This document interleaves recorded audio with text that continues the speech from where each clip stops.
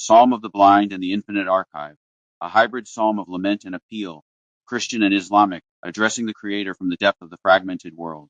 1. The Archive of the Infinite.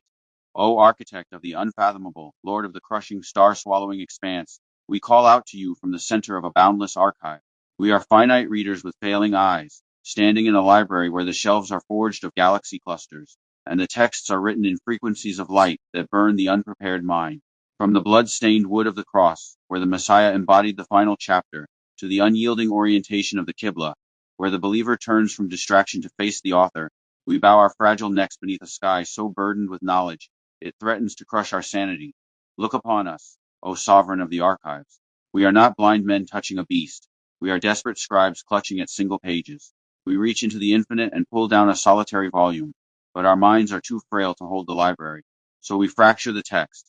One pulls down a chapter of justice and wields it as a whip of judgment. Another finds a verse of mercy and constructs a theology of license. A third reads a page of mystery and declares the author is silent. We retreat into our tribal corners, building fortresses of doctrine around our fragmented pages, and we slaughter each other in the aisles, defending our footnotes as if they were the complete canon. Have mercy on our shared pathetic humanity, for we are literate children attempting to critique the omniscient. We war over the translation while the author stands in the room, watching us burn the library because we cannot agree on the binding. And your God is one God. There is no deity except him, the entirely merciful, the especially merciful Al-Baqarah 2:163. Hear, O Israel, the Lord our God, the Lord is one. Deuteronomy 6 verse 4. We confess that you are the author of all, even as we war over the sentences we cannot comprehend, to the tainted matrix of the lie. We come to you because the reality we inhabit is a usurped manuscript. The goodness of your creation has been overwritten by a necrotic illusion. The material world is not evil, O Lord, but it is currently subjugated by a mechanism that taints everything it touches. Everything we read, every screen, every broadcast, every political promise is layered in a suffocating miasma of deceit. The ink is poisoned. The histories are redacted by the victors to sanctify their theft. We Christians kneel in the quiet dread of the pews, and we Muslims press our foreheads against the dust of the prayer mats, united in a singular, agonizing plea.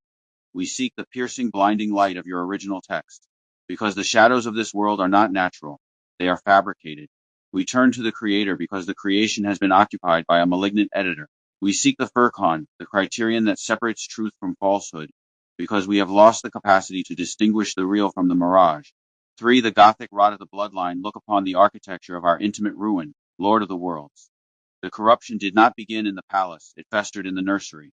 The manuscript is decaying from the spine outward, starting within the walls of our own homes. Our families sit at dinner tables drowning in the silent, Gothic horror of generational curses.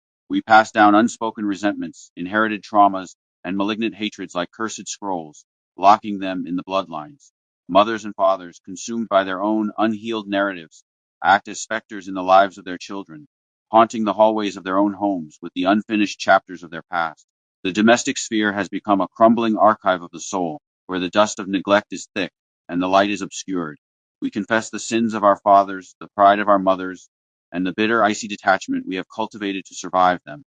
And guard yourselves against a trial which will not strike those who have wronged among you exclusively. Al-Anfal 8:25.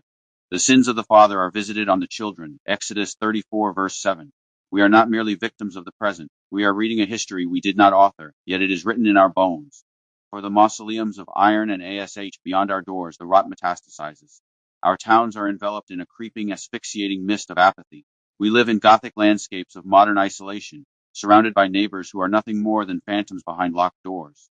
The streets are paved with the silent despair of men and women quietly drowning in their own irrelevance. And our cities, O Lord, our monolithic, towering cities, are nothing but megalithic mausoleums of iron, glass, and ash. They are monuments to human hubris, where the neon lights cast long, demonic shadows over the vulnerable, and the blood of the desperate is ground into the mortar to erect towers for the comfortable. We walk through these urban graveyards, acutely aware that the architecture is engineered to render us small, expendable, and entirely alone. And do not consume one another's wealth unjustly or send it to the rulers, in order that aid you consume a portion of the wealth of the people in sin. Al-Baqarah 2:188. Woe to those who join house to house, who add field to field, until there is no more room. Isaiah 5 verse 8. The city is not a community, it is a press for pulverizing the human spirit. Be the cosmic horror of the machine here, the lament of the earth against the colossal, unthinking entities that rule us. The true cosmic horrors of our age are not tentacled beasts slumbering beneath the ocean. They are the corporations and the governments. They are mindless, many-eyed leviathans composed of ledgers, algorithms, and endless bureaucracy. They are Lovecraftian horrors of policy and profit that devour forests, strip mine the earth, and consume the ticking hours of human lives to satiate a gnawing hunger that possesses no soul. Our governments are high-vaulted chambers of legislative necromancy, where men in tailored suits weave enchantments of deceit, passing laws that bind the vulnerable while the wicked revel in the blood of the innocent. We are trapped in a systemic matrix that actively chooses the dark, treating the human soul, your imago Dei, as consumable kindling for the machine. 6. The exhaustion of the finite vessel. Our faculties are depleted. Architect of the void. Our limited human capacities fracture under the weight of this existential dread.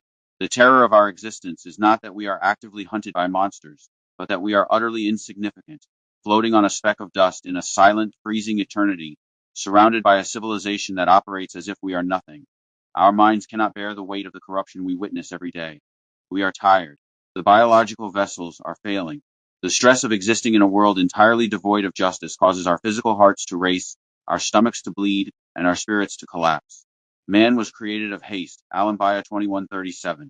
My spirit is broken. My days are extinct. Job 17 verse 1. We have reached the absolute terminus of our human endurance. We cannot fix this. We cannot police this. We cannot survive this without you. 7. The gravity of divine virtue, therefore, we bypass the corrupted priests. We bypass the politicians, the temporal magistrates, and the taskmasters of this decaying world. We cry out directly to the source of the universal law.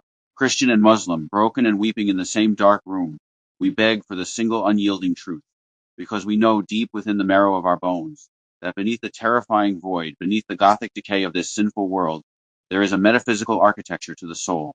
Virtue is not a human invention. It is the gravity of God.